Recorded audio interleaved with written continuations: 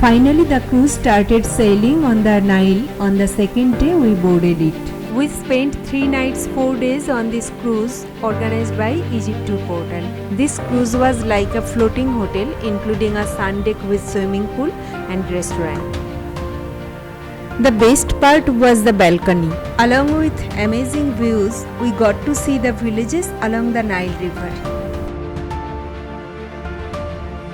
All the Nile River cruises have almost the same itinerary. It just depends on the activities that you choose by yourself. At around 4 pm, the first stop came in the evening and we visited the temple of Komombo in Aswan, which is a double temple, meaning the design of it is duplicated for 2 sets of gods. The southern half of the temple is dedicated to the crocodile-headed god Sobek, while the northern part is dedicated to the falcon-headed god Horus. The temples that are along the banks of the Nile River that we could visit during pit stops had an entrance fees of around $10 in 2022.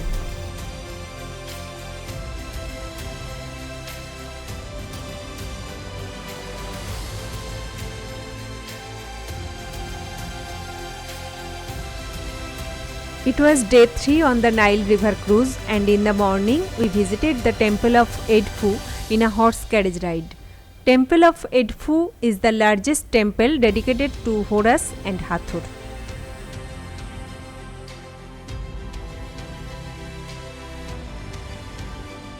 After visiting Edfu temple, returned to cruise, and at around 11 am we reached at Esna Lock. The Esna Lock on the Nile River links the cities Esna and Aswan.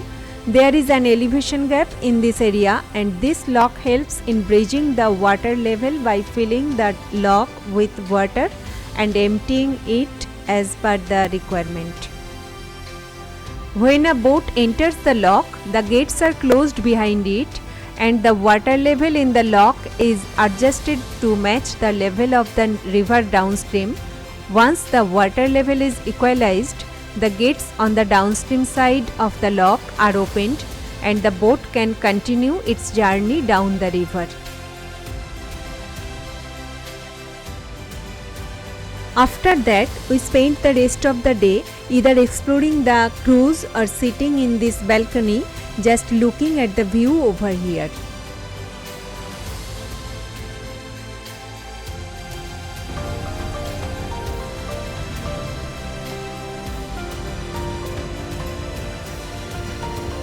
The cruise packages were inclusive of food, which comes with massive buffets for breakfast, lunch and dinner, and there are vegan options as well. The next day at 4 in the morning we reached Luxor and our balloon company picked us up for the balloon ride. If you travel to Egypt, then hot air balloon ride in Luxor is a must-do activity for you. Our pickup from the cruise took us to the jetty where we boarded a motorboat. We were served tea and coffee and given the safety briefing for the balloon ride. The boat crossing took 5 minutes. Another van picked us up again and brought us to the balloon launch site. They started blowing up the balloons. The balloon is laid flat on the ground and it was blown up first with fans, then gas-powered flames. The balloon began to rise remarkably quickly. In less than 15 minutes, it had gone from lying flat as completely upright. We quickly took place into the balloon basket.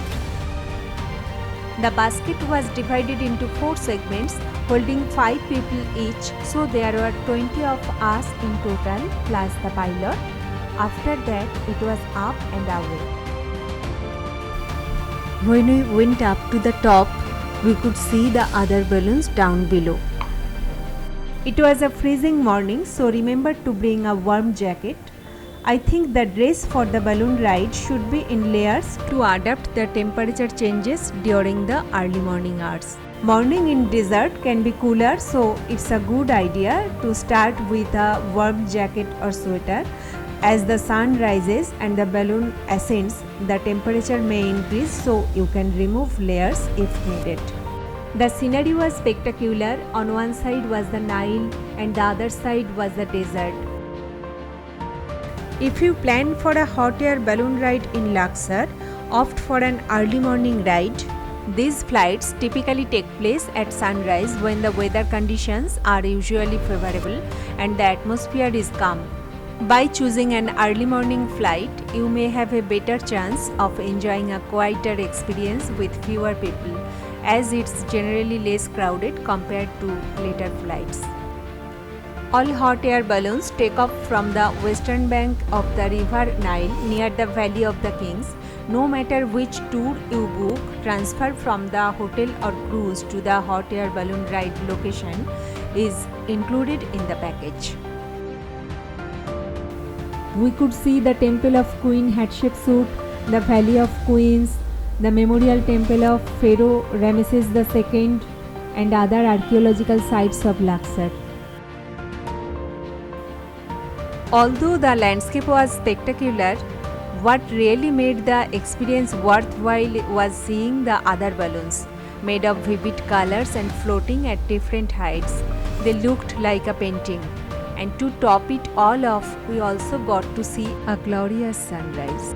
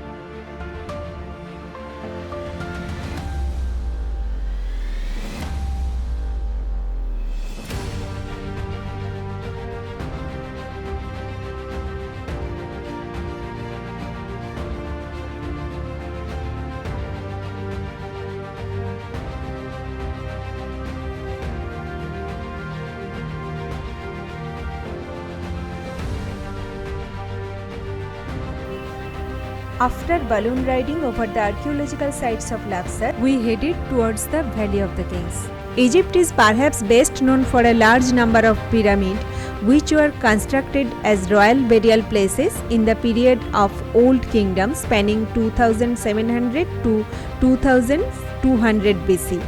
In this period, pyramids were too obvious as places of burial, and that's why attracted by tomb raiders. So later on, the kings of the New Kingdom, fearing for the safety of their rich burials, adopted a new plan of concealing their tomb in a valley in the western hills. That is the Valley of Kings today. Pharaohs decided to carve tomb deep inside a mountain range, looks much like a pyramid, and historians believe this was one reason why this mountain range was chosen for the burial of so many royals and nobles. The Valley of the Kings is a major tourist attraction in Luxor, Egypt, used as a royal burial sites for nearly 500 years in ancient Egypt. It has become famous for the discovery of famous Tutankhamun tomb. There are currently 65 tombs uncovered in the Valley of the Kings. Ticket to enter the Valley of the Kings includes entrance to 3 tombs. You can also visit other tombs for an extra fee. We explored the Valley of the Kings in Egypt as well as the interior of some of the tombs where the pharaohs were buried 3,300 years ago. Tomb KV2, burial site of Ramses IV.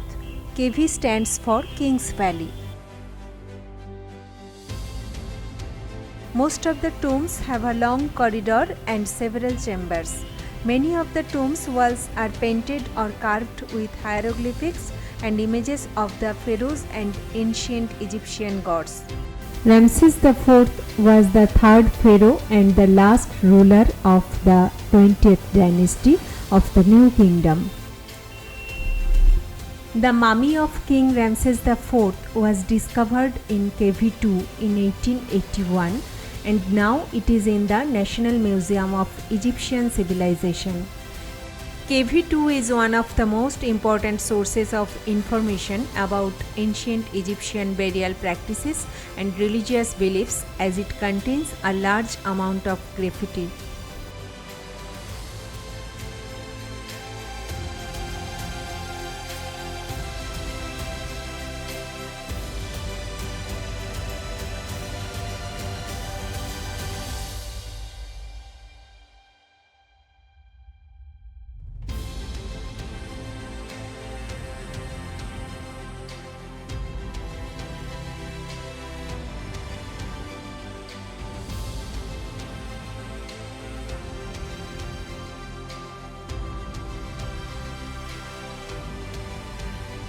Tomb KV8. This one used for Pharaoh Meremta of 19th dynasty. Meremta was an old man when he ascended the throne after the long rule of his father Ramses II. He ruled for only about 10 years, but his tomb was completed before his death and only the rearmost chambers beyond the burial chamber were left undecorated and roughly cut.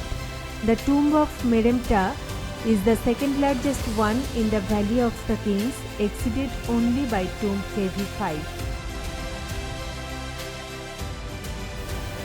The tomb KV8 is one of the many tombs in the Valley of the Kings that has been damaged by floods.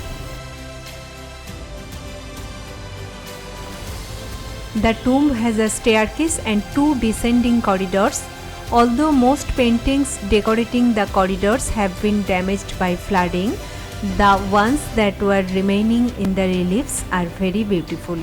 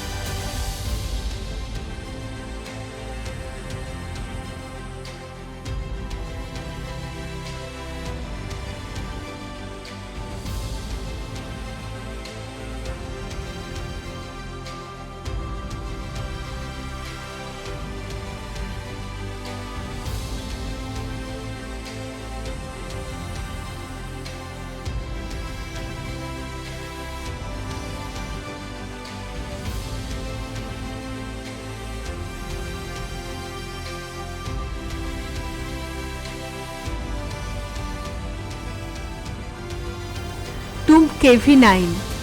It was originally constructed by Pharaoh Ramesses V. He was interred here, but his uncle Ramesses VI later reused the tomb as his own.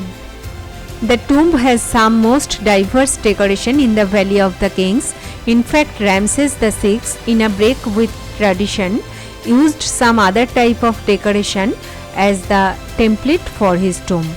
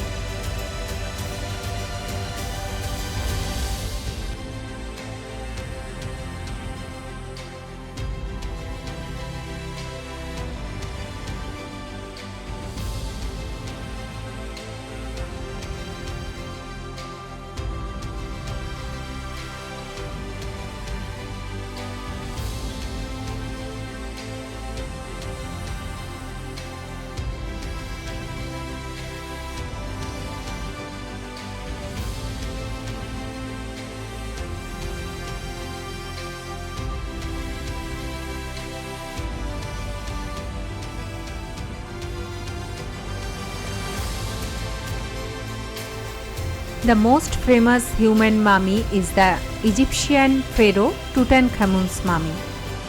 He ruled from 1333 BCE until his death in 1323 BCE.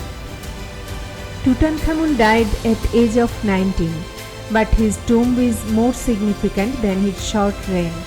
Despite his status as pharaoh, the burial chamber that Tutankhamun was given after death doesn't match the prestige and craftsmanship given to previous pharaohs. Some experts think that Tutankhamun was in the process of building himself a large tomb fit for a pharaoh, but because he died so young, the workers didn't have time to finish it. Robbers entered the tomb twice, but Tutankhamun's mummy and most of the burial goods remained intact. The tomb's low position allowed its entrance to be hidden by debris deposited by flooding and tomb construction. Thus, unlike other tombs in the Valley of the Kings, it was not stripped of its valuables.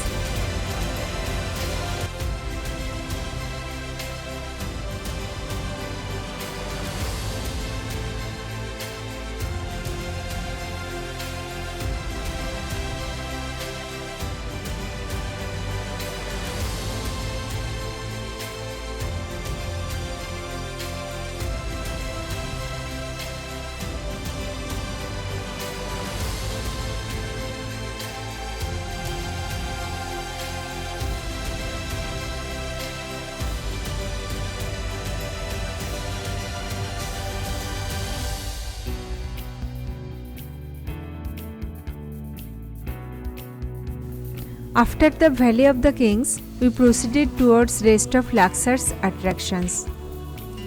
Then a brief stop at a curio shop on the way.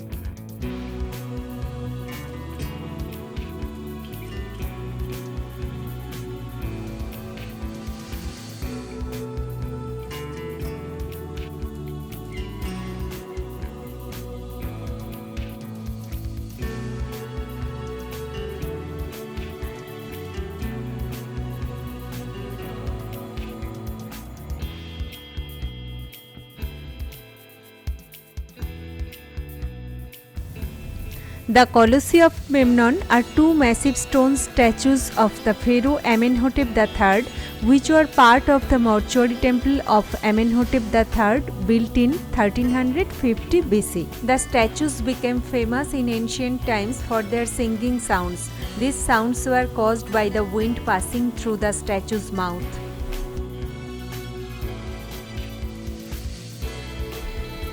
The Medinet Habu temple is a magnificent structure located on the west bank of the Nile River in Luxor.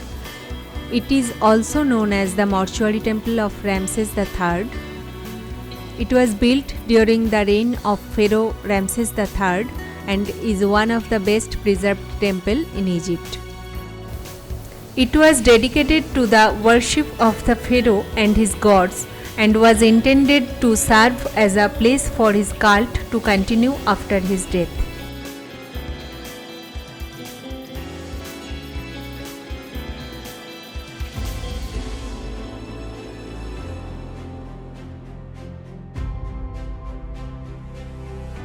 Karnak Temple, Egypt's second most popular site after the pyramids of Giza. Before entering through this gate, there is an avenue lined with sphinxes, ram-headed lion figures, each protecting a small pharaoh figure between their paws. Construction of temples started in the Middle Kingdom, which is in between 1965 to 1920 BC, and continued into Ptolemaic times, which is 305 BC to 30 BC. Approximately 30 pharaohs contributed to the buildings, enabling it to reach a size, complexity and diversity not seen elsewhere.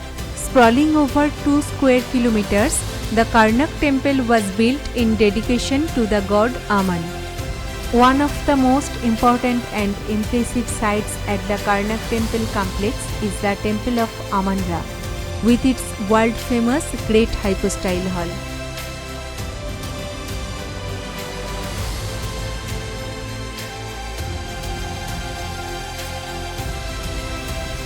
Beyond this point, the temple becomes more ruinous and harder to follow, but several major features stand out, such as the obelisk of Hatshepsut, which is one of the largest obelisks in Egypt.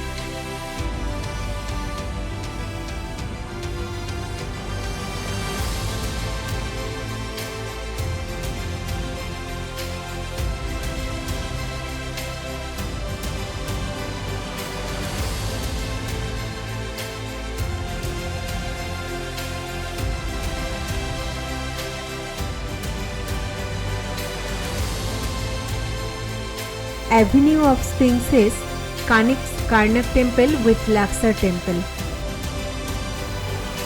Luxor temple is a large ancient Egyptian temple complex located on the east bank of the Nile River in the city today known as Luxor, and was constructed approximately 1400 BCE. The Luxor temple was unique because, unlike other temples in Luxor, it was not specifically dedicated to one specific god or pharaoh.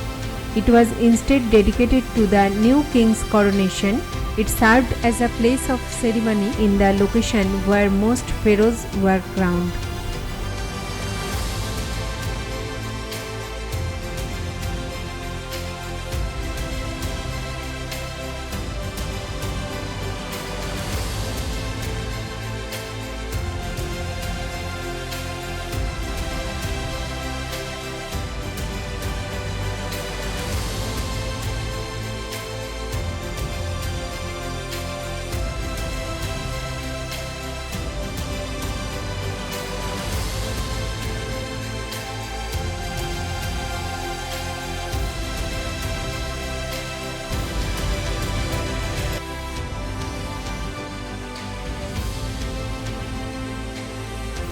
When you travel to Egypt, remember to bring comfortable shoes with you, because you will be doing a lot of walking from throughout the temples and everything, and it's really important to have comfortable shoes with you.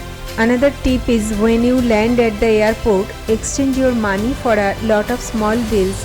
This will come in handy a lot of the times when you are traveling throughout Egypt for things like tipping, but also for going to the washroom, like oftentimes you will have to leave a couple of small old dollars even to get toilet papers. So I would strongly recommend exchange your money for a lot of small bills when you first land. Thank you so much for watching the video, and subscribe my channel for new updates.